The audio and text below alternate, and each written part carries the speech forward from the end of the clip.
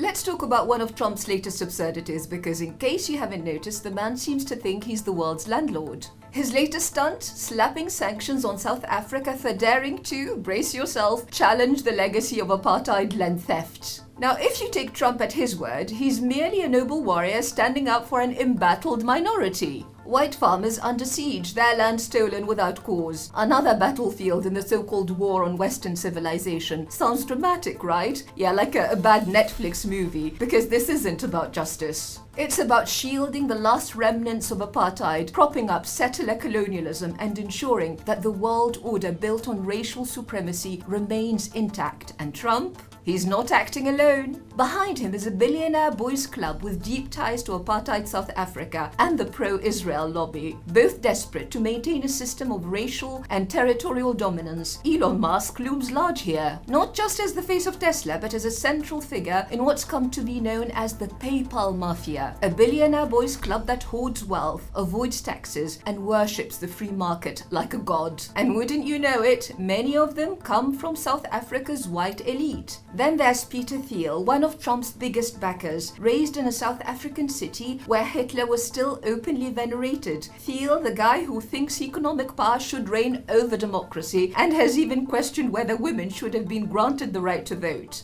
David Sachs, another Musk crony, born in Cape Town, raised in the privileged bubble of the white South African diaspora. And then we have Roelf Botha, his grandfather, none other than Pik Botha, the last foreign minister of apartheid South Africa. These men aren't anomalies. They are the modern heirs of a colonial project that never truly ended. They grew up in a system where racial and economic hierarchy was treated as natural law. And today, they're using their wealth and influence to ensure it stays that way. Their opposition to South Africa's land reform, it has nothing to do with fairness. It's about keeping stolen land in white hands. And now for the biggest joke. You'd think Musk openly peddling Nazi imagery would make him a pariah among Israel's political elite, wouldn't you? Apparently not. When he pulled a Nazi salute at a Tesla factory in Germany, outrage lasted about 5 minutes. Instead of condemnation, Netanyahu called him a great friend of Israel. The Anti-Defamation League, the same group that screams anti-Semitism anytime someone dares criticize Israel, brushed it off as an awkward gesture. Why? Because Musk supports Israeli apartheid, and as long as he stays politically useful, his Nazi cosplay gets a free pass. Another one of the billionaire oligarchs around Trump is Miriam Adelson, owner of the Las Vegas Sands casino empire, Trump's biggest financial backer and one of the architects of his pro-Israel policies. She has dumped more than $100 million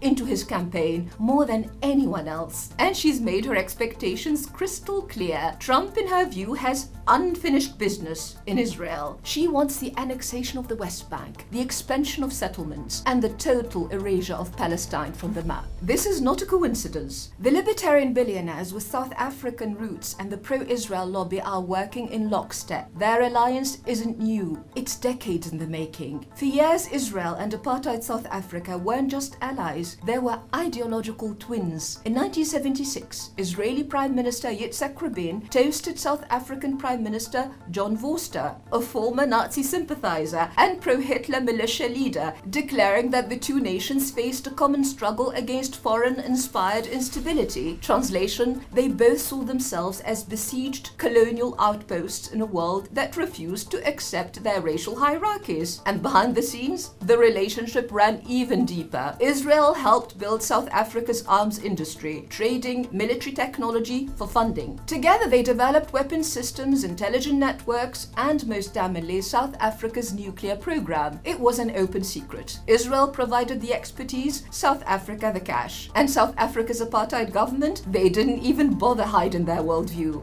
In an official publication they wrote, and I quote, "Israel and South Africa have one thing above all else in common. They're both situated in a predominantly hostile world inhabited by dark peoples." The formal alliance collapsed when apartheid officially ended, but the ideology ideology that never disappeared. It evolved. It found new champions. It secured new political patrons. And this is the ideology Trump is defending today. At the heart of his executive order against South Africa is the Expropriation Act. What is it? It's a law designed to correct centuries of racial land dispossession. Let's be clear. For generations, black South Africans were driven off their land, forced into barren wastelands, while white settlers claimed the country's most fertile soil. Even today, 30 years after apartheid's fall, 75% of South Africa's farmland remains in white hands, despite white South Africans making up only 7% of the population. And how was that land acquired? Through fair trade, perhaps? Oh, please. White officials in South Africa literally issued hunting permits, allowing settlers to kill the native San people for sport. The last such permit was issued in Namibia in 1936. But this isn't just a South African problem. This is settler colonialism, full stop. Ronnie Kasrils, a Jewish South African former cabinet minister and veteran of the ANC's armed struggle, put it bluntly. Apartheid was an extension of the colonial project, designed to strip people of their land. That is precisely what has happened in Israel and the occupied territories. The systematic use of force to facilitate dispossession, that is the fundamental bond between apartheid South Africa and Israel. And Trump, he is not an exception. He is a continuation of this ideology, the same racist logic that justified the genocide of Native Americans, killing 56 million of them, that fortified European settler expansion, that built apartheid South Africa. It is the logic Trump represents today. And the contradiction, well, it's just mind-blowing. The same man who says South Africa must not alter its land ownership patterns has spent his entire political career endorsing Israeli land grabs. He moved the US embassy to Jerusalem. He declared Syria's Golan Heights Israeli territories, legitimized Israeli settlements in the West Bank, wants to buy Greenland, to seize Canada, to take over the Panama Canal, to chase Gazans out of their land and build shiny casinos and fancy resorts on the grave of their mothers, fathers and children. No, he's absolutely fine with land grabs, as long as they benefit the right people. It was no coincidence that South Africa took the lead in bringing Israel before the International Court of Justice, accusing it of genocide in Gaza. It was more than a legal case. It was an act of defiance. And for that, South Africa is being punished. Trump, Israel, and their billionaire backers are making sure of it. South Africans know apartheid when they see it. And Nelson Mandela knew exactly what was at stake when he declared, "Our freedom is incomplete without the freedom of the Palestinians."